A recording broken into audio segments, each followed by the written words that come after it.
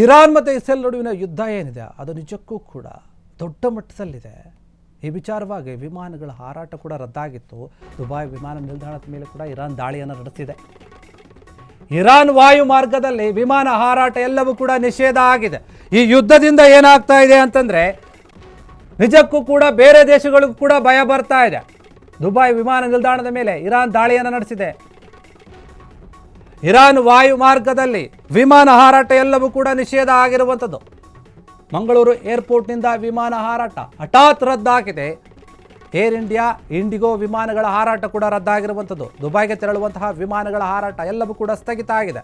ವಿದೇಶಕ್ಕೆ ತೆರಳುವಂತಹ ಪ್ರಯಾಣಿಕರು ಪರದಾಡ್ತಾ ಇದ್ದಾರೆ. ಯಾಕೆ ಹೋಗಬೇಕು, ಹೆಂಗೆ ಹೋಗಬೇಕು, ಟಿಕೆಟನ್ನು ಬುಕ್ ಮಾಡಿರ್ತಾರೆ.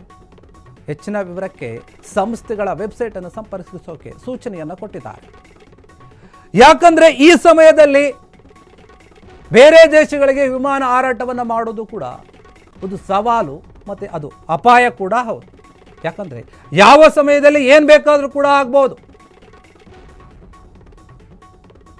ಹೀಗಾಗಿ ಮಂಗಳೂರು ಏರ್ಪೋರ್ಟ್ನಿಂದ ಏನು ಹೋಗಬೇಕಾಗಿದ್ವಲ್ಲ ವಿಮಾನಗಳು ಅವೆಲ್ಲವನ್ನು ಕೂಡ ರದ್ದು ಮಾಡಿದ್ದಾರೆ.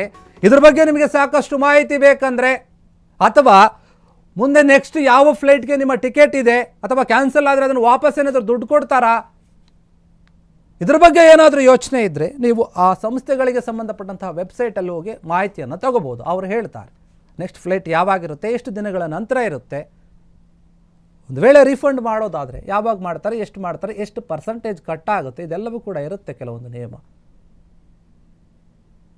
ಅದರ ಬಗ್ಗೆ ವಿಚಾರ.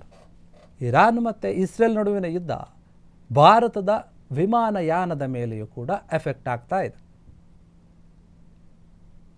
ಮಂಗಳೂರಿನಿಂದ ಯಾವ್ಯಾವ ವಿಮಾನಗಳು ಹೋಗಬೇಕಾಗಿತ್ತು ದುಬೈಗೆ ಅವೆಲ್ಲವೂ ಕೂಡ ಕ್ಯಾನ್ಸಲ್ ಆಗಿದೆ.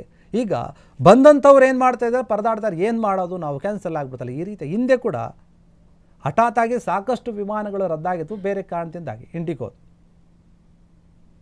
ಈಗ ಈ ರೀತಿಯಾಗಿ ಬೇರೆ ಬೇರೆ ಸಂಸ್ಥೆಗಳ ವಿಮಾನಗಳು ಕೂಡ ಹಾರಾಟ ರದ್ದು ಮಾಡಿದೆ. ಬಹುಶಃ ಅವರು ಕೂಡ ಅಧಿಕೃತವಾಗಿ ಹೇಳಿದರೆ, ಯಾಕಂದರೆ ಯುದ್ಧದ ಭೀತಿ ಇರೋದ್ರಿಂದ ಯಾವ ಸಮಯದಲ್ಲಿ ಏನಾದರೂ ಆಗ್ಬೋದು ಮತ್ತು ಪ್ರಯಾಣಿಕರಿಗೂ ಕೂಡ ತೊಂದರೆ ಆಗುವಂತಹ ಸಾಧ್ಯತೆ ಇರೋದ್ರಿಂದ ಈಗ ಸದ್ಯದ ಮಟ್ಟಿಗೆ ವಿಮಾನಗಳ ಹಾರಾಟವನ್ನು ರದ್ದು ಮಾಡಲಾಗಿದೆ. ಯಾಕಂದರೆ ದುಬೈ ವಿಮಾನ ನಿಲ್ದಾಣದ ಮೇಲೇ ದಾಳಿ ಆಗಿದೆ. ಅಲ್ಲಿ ದಾಳಿಯಾಗಿರೋದ್ರಿಂದ ಅಲ್ಲಿನ ವಾತಾವರಣ ಹೇಗಿದೆ, ಪರಿಸ್ಥಿತಿ ಹೇಗಿದೆ, ಮತ್ತು ವಿಮಾನಗಳ ಲ್ಯಾಂಡಿಂಗ್ ಮಾಡೋಕ್ಕೆ ಸುರಕ್ಷಿತವಾಗಿ ಇದೆಯೋ ಇಲ್ವೋ ಅದೆಲ್ಲದ್ರ ಬಗ್ಗೆ ಕೂಡ ಮಾಹಿತಿ ತಗೋಬೇಕಾಗತ್ತೆ. ಎಲ್ಲವೂ ಕೂಡ ಅನುಕೂಲವಾಗಿದೆ ಅಂತ ಗೊತ್ತಾದ ಮೇಲೇ ವಿಮಾನ ಹಾರಾಟ ಮುಂದುವರಿಯುತ್ತೆ. ಅಲ್ಲಿವರೆಗೂ ಕೂಡ ಹೋಲ್ಡಲ್ಲಿಟ್ಟಿರ್ತಾರೆ ಅಥವಾ ಕ್ಯಾನ್ಸಲ್ ಮಾಡ್ತಾರೆ.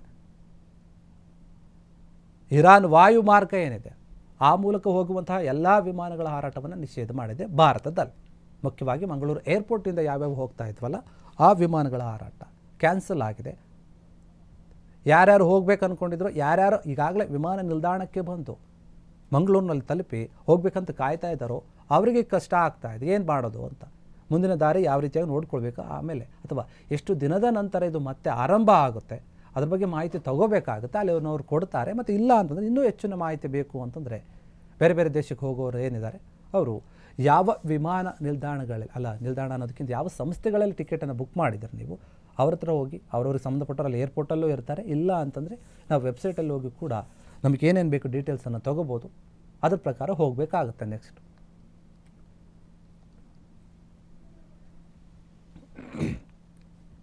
ಕ್ಷಣ ಕ್ಷಣದ ಸುದ್ದಿಗಳಿಗಾಗಿ ಫ್ರೀಡಂ ಟಿವಿ ಸಬ್ಸ್ಕ್ರೈಬ್ ಮಾಡಿ, ಲೈಕ್ ಮಾಡಿ ಹಾಗೂ ಫಾಲೋ ಮಾಡಿ.